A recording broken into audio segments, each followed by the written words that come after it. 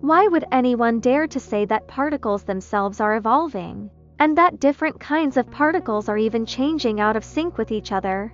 In the energy filament theory, the logic starts from a very simple but radical move.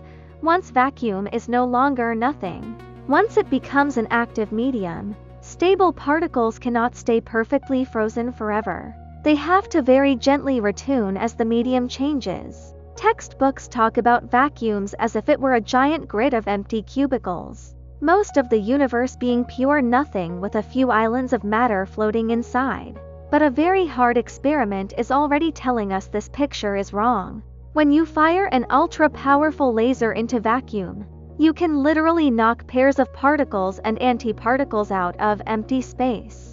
As if you slammed your hand on a perfectly calm lake and suddenly two little blobs of water jumped out in opposite directions. That makes sense only if there was a lake there to begin with. In this view, vacuum is an energy sea.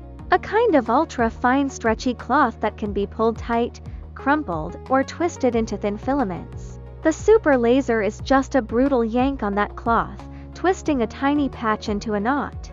On very rare attempts, the knot closes in a perfectly balanced ring and becomes a stable particle. But most of the time you only get short-lived lumps. Stable particles that appear, tug on the sea for a moment, then fall apart. While they are alive, each one pulls the nearby sea slightly tighter, adding a tiny bit of extra gravity. Because there are unimaginably many of them flickering everywhere, their average living time pull stacks up into the mysterious extra gravity we've been calling dark matter. When they die, their structure relaxes. The over-tightened bits of the sea spring back and send out faint ripples. That fades into the background hiss and glow we see as cosmic noise. So step 1 is, the vacuum is not empty, it is a restless energy ocean constantly able to flip out small structures. Step 2 is to realize that light and particles are just two poses of the same underlying thing. Imagine a twisted strand of energy, like a piece of braided dough or a twisted rope, being passed along the sea. The strand itself does not have to fly like a tiny ball, the sea does the running. It is like a relay race where the runners are the sea and the baton is the twist. What really moves is the pattern, the beating and twisting in the medium, not a solid object. Now take that same twisted strand and imagine its head and tail meeting and locking. Like taking a piece of noodles and pinching the ends together into a little ring. An open twist being passed along the sea is what we call light. The same twist closed into a loop that spins in place is what we call a particle. High-energy light in a strong field can close into a particle-antiparticle pair. And when particles and antiparticles meet again, their loops can open back into light. From this angle, nothing magical is happening at all. One and the same twisted filament is just switching between open and traveling and closed and circulating. Once you accept this picture, everyday physics words become different ways of describing how the sea is being deformed. Mass is how hard it is to drag along the tightened patch of sea a closed loop creates. Think of a tightly stretched rubber sheet. If you pinch a little bump into it, you cannot move just the bump. You have to drag along the surrounding rings of tight sheets, and that feels heavy. The more you've squeezed and the larger the tightened areas, the harder it is to move. So in this language, a particle's mass is simply how much sea it has pulled tight and over what size. Charge is how the loop divides tightness between inside and outside across its thickness. Picture a donut-shaped ring of energy. If the inner rim is tighter and the outer rim looser, the fabric around it is pulled inward. Like cloth pinched toward the middle, that pattern behaves as negative charge. If the outer rim is tighter and the inner rim looser, it is like pushing the cloth outward from inside, and that behaves as a positive charge. Charge is not a sticker the universe slaps on a particle. It is a design choice about where the tightness sits in that fat ring. Electric field is what happens to the surrounding sea when that ring is squeezing in or pushing out. Imagine sitting down on a soft sofa. Your weight produces directed creases that point away from you. A charged particle does the same in the energy sea. Its inward or outward pull carves straight, directional wrinkles radiating around it. Those straight wrinkles are the electric field lines. And if you drop a small test particle onto that pattern, it will naturally slide along the wrinkles toward whatever direction makes its own ring feel less strained. Electromagnetic field is just what you get when you take this pattern and drag it through the sea. A static charge makes straight creases. Once the charge moves, those creases get twisted into spirals. Like the straight ripples on a pond being pulled into little whirl patterns behind a moving paddle or comb. Those spirals and vortices in the fabric are what we call the electromagnetic field. It is not a completely new kind of thing, it is the electric field pattern stirred by motion. Energy, in this picture, is the total amount of vibration and relay going on in the sea. Basically how big the waves are and how much passing on of motion is happening. You can think of a quiet pond as low energy and a stormy sea as high energy.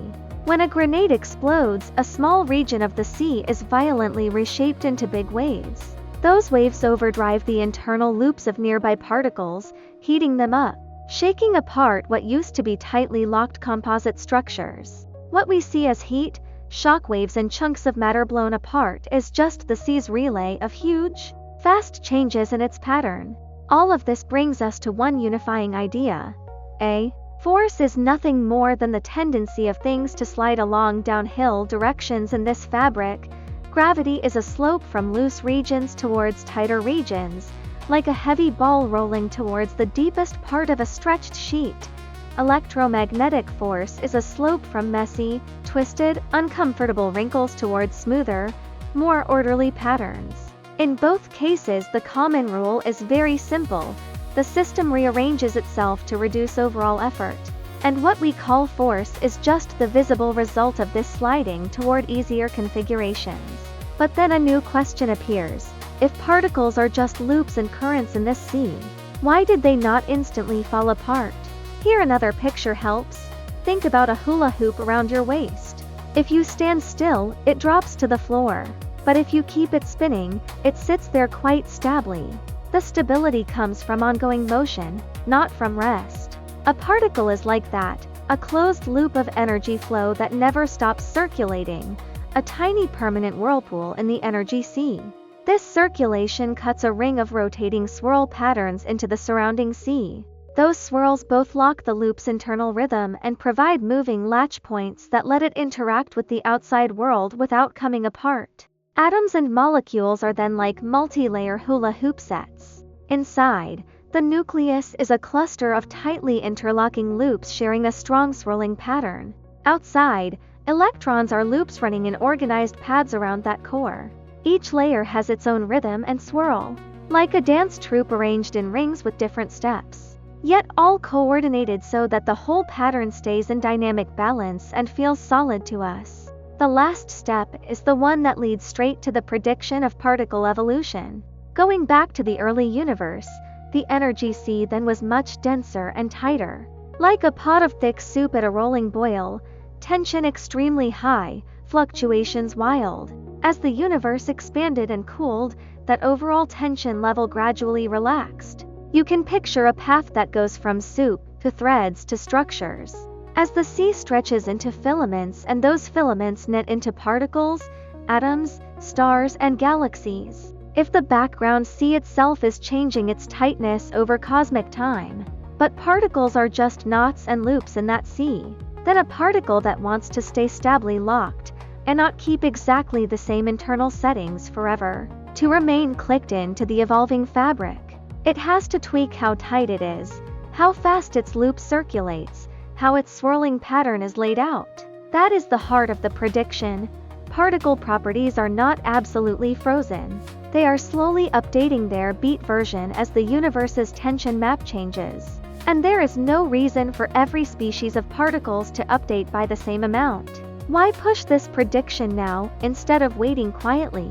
Because in real data, both in the lab and in the sky, we already see many small not quite right pieces, tiny drifts in spectral lines from distant objects, subtle mismatches in atomic clock behavior at different heights or environments, discrepancies in early element abundances, in galaxy structures and in how redshift relates to distance.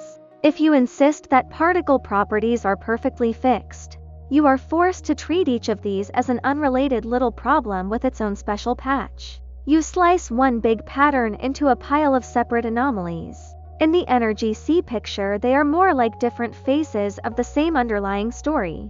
The sea is evolving and particles are quietly following. This is why it is worth stating the wild predictions so clearly: particles evolve, and different types evolve at different rates. If that is true, then from day one modern physics has been built on a convenient assumption that was never really tested: that particle properties and constants are absolutely fixed. A world where even the microscopic building blocks are slowly changing their beat means so-called constants can drift with time and place.